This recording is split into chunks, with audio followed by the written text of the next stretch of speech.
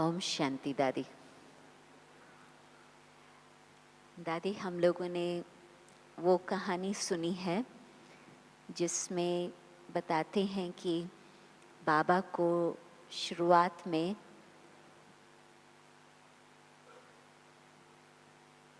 जब साक्षात्कार होने लगे तो एक ऐसा भी साक्षात्कार देखा जैसे कि ऊपर से तारे आ रहे हैं और जब धरती के नज़दीक पहुंचते हैं तो वो अपना स्वरूप देवी स्वरूप धारण करके फिर सृष्टि पर आते।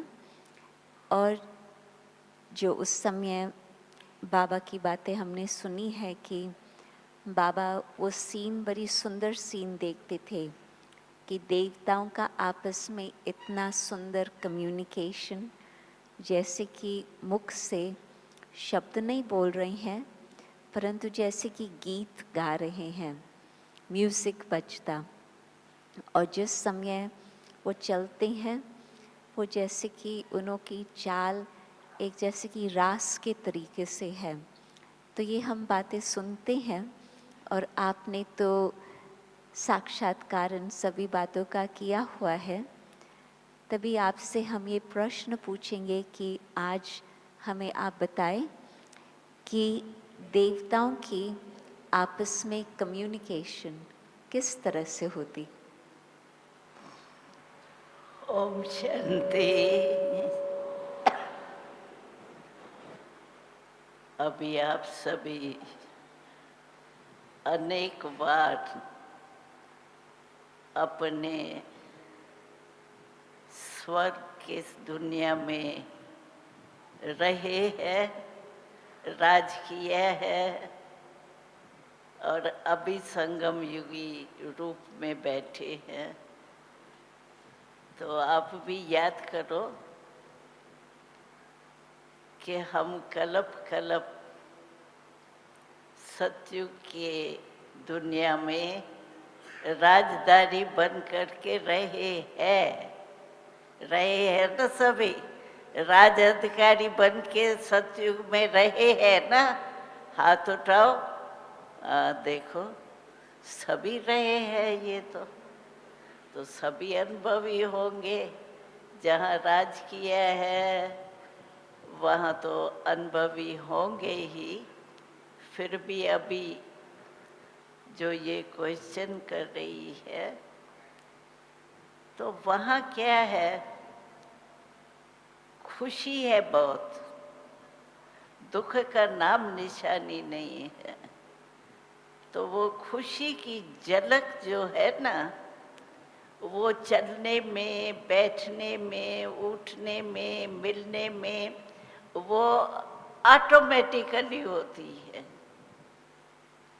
तो जो ऑटोमेटिकली चीज़ होती है ना, वो बहुत सुंदर लगती है। थोड़ी बनावटी भी बनाओ तो वो फर्क हो जाता है। तो उनकी डायरेक्ट लाइफ ही खुशी की है।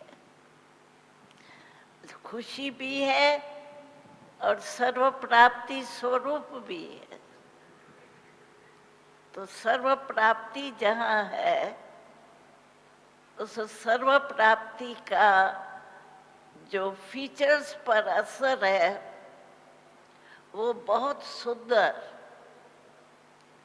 और जैसे होने चाहिए, हम समझते हैं ऐसा होना चाहिए, वो प्रैक्टिकल वहाँ कामन है। तो हर एक का चेहरा, जो चेहरे में हम समझते हैं होना चाहिए, वो सब में है। और उसमें नेचुरल खुशी है। एक होता है कोई बात होती है तो खुशी होती है, लेकिन ये जीवन ही खुशी की है।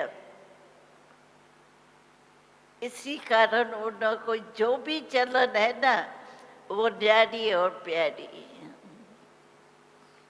तो जो ये सुना रही है वो तो कॉमन है। वहाँ कोई बनावटी भी नहीं है, नेचुरल लाइफ ही वो है। तो आप सोचो वो कौन थे? आप ही थे ना। तो आपकी ऐसी लाइफ थी, और हर 5,000 वर्ष के बाद आपकी ऐसी लाइफ बननी ही है। अभी भी बनेगी, अभी अभी जाएंगे तो कहाँ जाएंगे। अभी भी अपने ही सतयुग में जैसे वर्णन कर रही है उससे भी ज्यादा जो भी होगा, खुशी का रूप, तंदुरुस्ती का रूप और सर्व प्राप्ति संपन्न का रूप, वो वहाँ हर देवता का होता है। कुछ कारोबार की जरूरत ही नहीं होंगी? कारोबार है, पढ़ाई पढ़ने जाएंगे बच्चे, लेकिन पढ़ाई क्या होंगी वहाँ? सब ज्ञान तो यहाँ के सारे संगम युग का तो चलता ही है ना, उनका फल है ना। तो पढ़ने में मेहनत नहीं, जैसे खेल होता है, जैसे आजकल पढ़ते हैं लोग तो बोझ समझते हैं ना, वहाँ खेल खेल। और फिर राज्य कारोबार जो होता, राज्य चलाने का जो कारोबार होता, हाँ, वो भी ऐसे सिंपल है, क्योंकि लड़ाई झगड़ा वगैरह है नहीं। जो सोचे क्या करना चाहिए, इसमें नहीं करना चाहिए, करना चाहिए, ये क्वेश्चन ही नहीं है। सर्व प्राप्ति है, और सर्व लोग जो है उनके वाइब्रेशन भी वैसे ही शुभ है। तो कुछ सोचने की जरूरत नहीं, नेचुरल लाइफ भी ऐसी। तो जिस समय वो एक दो को देखते हैं तो उन्हों की दृष्टि में क्या होता है? एक दूसरे को किस तरह से देखते? एक दो को दृष्टि में अपने संबंध से भी देखते हैं, संबंध होता है वो भी देखते हैं, और एक दो को देख करके वाइब्रेशन ऐसा शांति का, सुख का, आनंद का, प्रेम का आता है, जो एक दो को देख करके सबका वायुमंडल ऐसा हो जाता है। तो ज़्यादा साइलेंस का ही कम्युनिकेशन होता? नहीं, साइलेंस का नहीं होता है, जो कार्य है उसी रीति से एक्शन होता है। समझो स्कूल में जाएंगे तो वहाँ साइलेंस में थोड़ी जाएंगे, उसमें उस रूप में जाएंगे। डांस करेंगे तो और रूप में जाएंगे। जैसा समय होगा, जैसी एक्ट होंगी वैसे रूप। लेकिन खुशी एक नेचुरल है, खुशी चेहरे में लानी है वो नहीं है, नेचुरल खुशी है। तो बाबा जो कहते हैं एक नेचुरल आत्मिक स्थिति होंगी, तो वो वहाँ का अनुभव आत्म स्मृति का कुछ अलग ही होगा संगम युग में, जो हमें सोचना पड़ता है, याद रखना पड़ता है, स्मृति को पक्का करना पड़ता है आत्मिक स्मृति का। तो वहाँ पर उन्हों की किस तरह से आत्मिक स्मृति होंगी? जहाँ सोचना पड़ता है वहाँ नेचुरल रूप है, वो सोचना नहीं पड़ता है। भाई खुश रहना है, खुश है ही, यानी नेचर ही खुश है। जिसकी नेचर ही खुश होगी उसको खुश रहना है, को सोचने की जरूरत नहीं। ये कह सकते कि फिर भी संस्कार सबके पवित्र है, सबके शुद्ध है, सबके श्रेष्ठ है, परंतु क्या संस्कारों की वैरायटी कुछ नजर आएंगी? वो तो राजा और प्रजा में फर्क तो होगा, लेकिन प्रजा भी, जो प्रजा है वो सारी खुश है ना, सारी में सर्व प्राप्ति की वो लहर है। इसीलिए खुशी में कोई में अंतर नहीं होगा, खुश सब होते। तो संस्कार एक समान नजर आएंगे, कुछ फर्क नहीं, या कुछ भिन्नता होंगी संस्कारों में? वो उन जैसे राजा होगा तो राजा ही के संस्कार प्रजा में तो नहीं होंगे ना।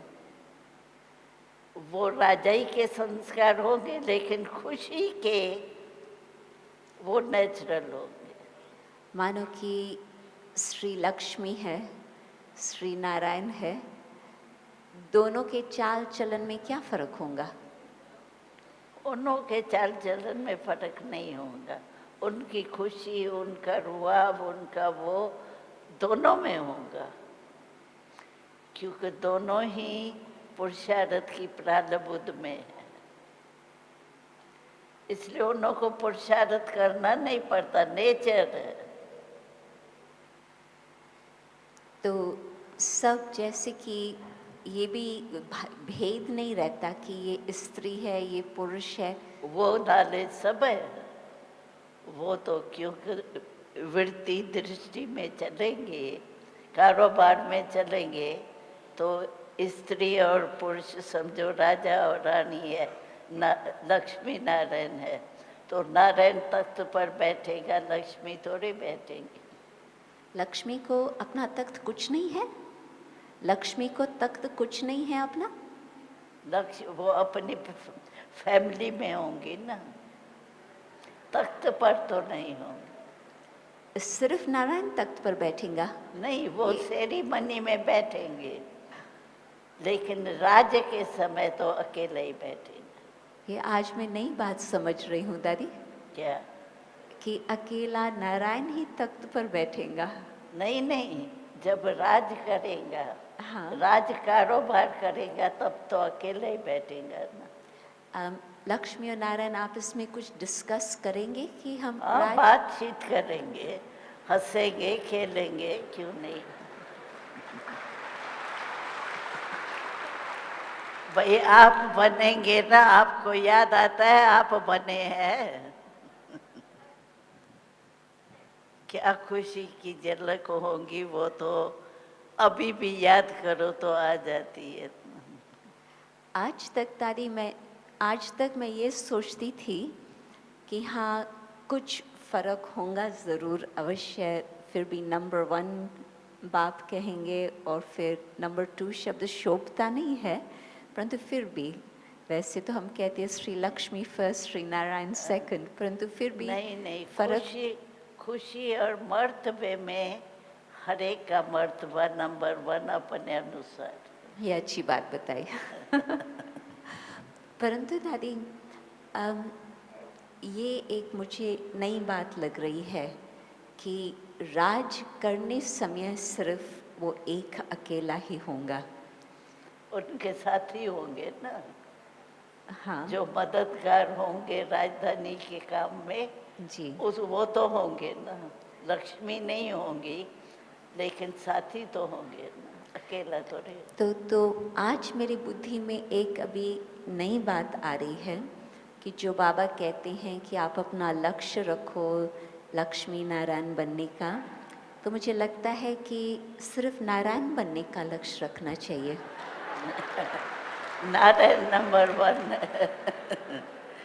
भले लक्ष्मी नारायण दोनों ही कहा जाता है, फिर भी नंबर 1, 2 के हिसाब से तो पहले नारायण को रखेंगे।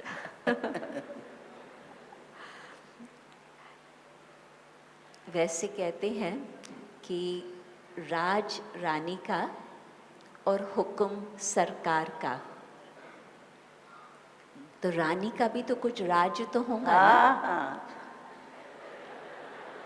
वो तो समानता होती है वहाँ। ऐसा नहीं समझो कोई भी काम है नारायण लक्ष्मी के ऊपर रखता है तो लक्ष्मी भी ऐसा ही करेंगे जैसे नारायण। दोनों की बुद्धि की अथॉरिटी तो है ना,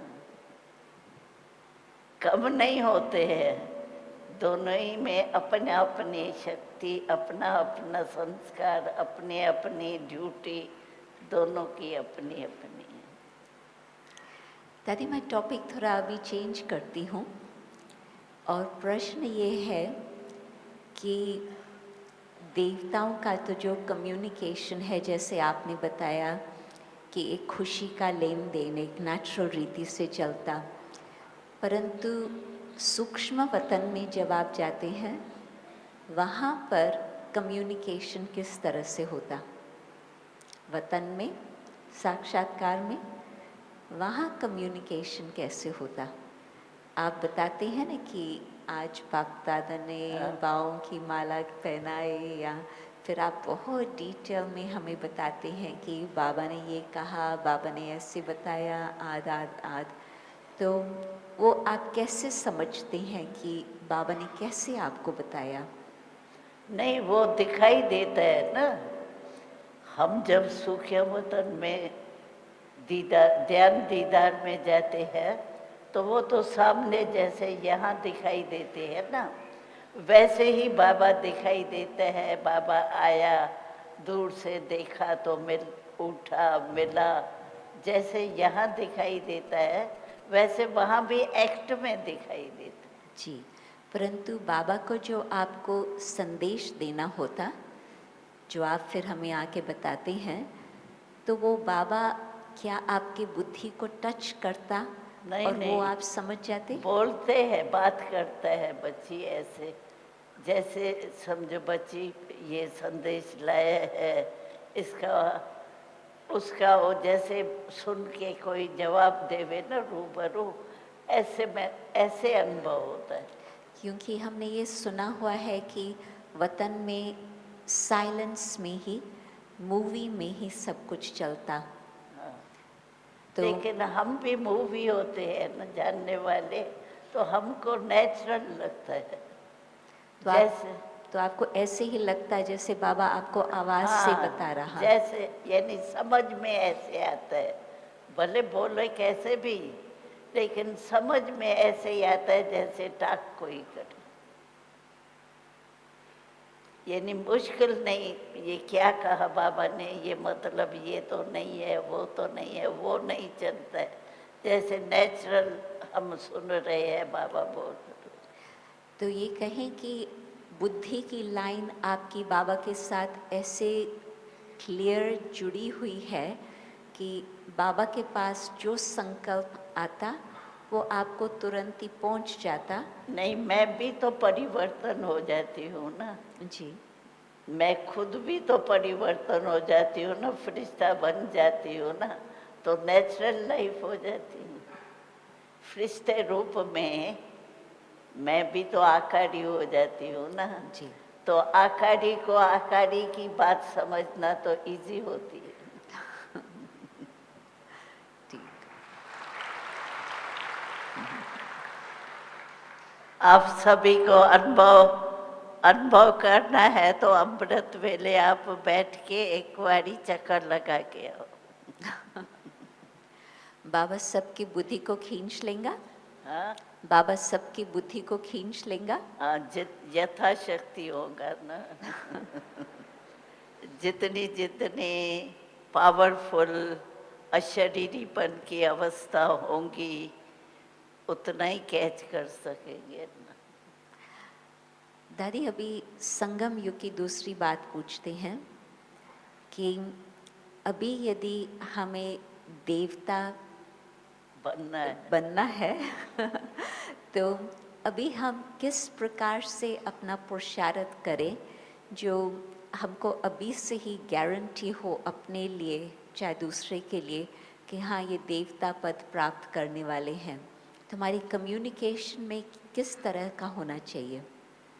नहीं, मैं तो समझती हूँ देवता से भी पहले अभी का जो हमारा स्वरूप है ब्रह्मांड का, देवताओं से ऊंचा है। और अभी डायरेक्ट परमात्मा हमसे मिल रहा है, हमसे बोल रहा है, वहाँ तो वो होगा ही नहीं। तो अब भी हमारा ब्रह्मांड रूप जो है वो सबसे सारे कल्प में श्रेष्ठ जन्म अगर हम देखें तो ब्रह्मांड जन्म है। तो आज हमारी कम्युनिकेशन आपसी कैसे होनी चाहिए दादी? हमारी का वो ही होना चाहिए जो अगर हम किससे मिलते भी है तो इस समय भले ब्राह्मण रूप में है, लेकिन ब्राह्मण फरिश्ते है, फरिश्ते फिर देवता है, ये ज्ञान बुद्धि में होना चाहिए कि किससे मैं मिल रही हूँ, ये कौन सी आत्मा है, उसकी आत्मा का क्या अभी क्या है, भविष्य क्या है, वो बुद्धि में ऑटोमेटिकली आना चाहिए और उसी रुहाब से मिलना चाहिए एक दूसरे। साधारण नहीं भाई ये फलानी है फलानी है, फलानी का फिर वो संस्कार भी सामने आ जाता है, ये ऐसी है वैसी है। अगर फरिश्ते रूप में देखे तो फिर ये नहीं है। अभी बाकी कुछ घंटे की ही देर है जबकि हम आपके द्वारा बाप दादा से मिलन मनाएंगे। तो हम अभी से लेकर कल शाम तक कौन सी विशेष बात ध्यान पर रखें अथवा अभ्यास करें? ये अशरीरी बनने की, बाबा जो है वो अशरीरी रूप में सूक्ष्म चोले में आएंगे, तो हमको भी ऐसे ही अपने फरिश्ते रूप के स्वरूप में रहना चाहिए और बाबा फरिश्ता, हम भी फरिश्ता, फरिश्ता फरिश्तों में मिलन होगा। जी दादी, आपको और कुछ हमें ध्यान पर देना हो अभी? मैं तो ये समझती हूँ कि सबसे श्रेष्ठ जीवन जो है हमारी सारे कल्प में अभी की है। भले सतयुग में भी बनेंगे हम, राजा रानी भी बनेंगे, सब बनेंगे, लेकिन इस समय के ब्राह्मण जीवन का जो महत्व है हमारा, वो सारे कल्प में श्रेष्ठ से श्रेष्ठ जीवन ब्राह्मण जीवन। क्योंकि अभी परमात्मा आत्मा का स्पष्टीकरण है। हम आत्मा परमात्मा से मिल रहे हैं, परमात्मा हमको ज्ञान सुना रहा है, तो अभी परमात्मा और आत्मा का नाता है। वहाँ तो फिर भी राजा रानी है और उनका नाता हो जाएगा, लेकिन इस संगम युग में जो हमारे को परमात्मा का स्वरूप मिला है, मिलन मिला है, बातें करना मिला है, सर्व संबंध निभाना मिला है, वो सतयुग में भी नहीं होगा। यही संगम युग है जिसमें हम नॉलेज से परमात्मा से मिलते हैं। परमात्मा हम आत्माओं को सुना रहा है, इस समय से मिलती है, फिर तो सारे कल्प में नहीं होगा। संगम युग तो सबसे श्रेष्ठ है। एक एक सेकंड संगम युग का वैसे देखे तो एक सेकंड क्या है, बरसों समान। हम समझो उसको हल्का कर देते हैं तो एक सेकंड नहीं गमाया, लेकिन एक वर्ष गमाया। जैसे संगम युग का इतना महत्व है, क्योंकि परमात्मा के रूप से हम आत्माएं मिले परमात्मा से, वो और कोई युग में नहीं।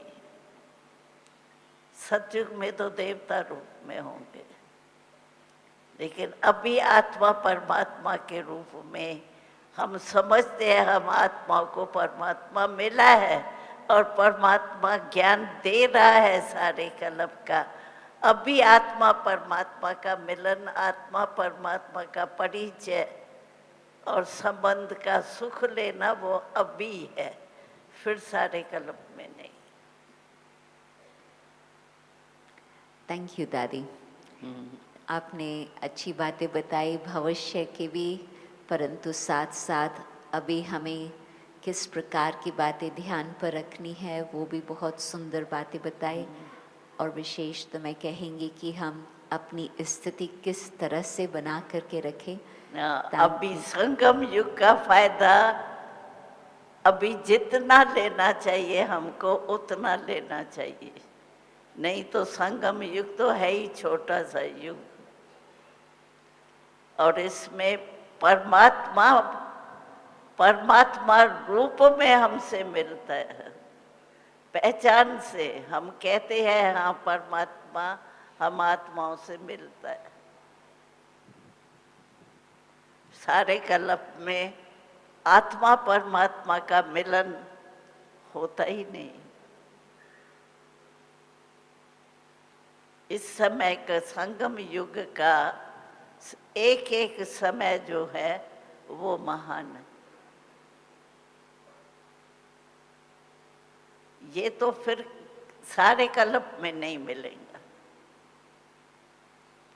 परमात्मा हम आत्माओं से बात कर रहा है,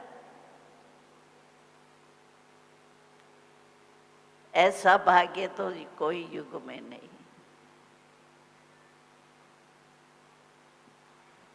थैंक यू दादी।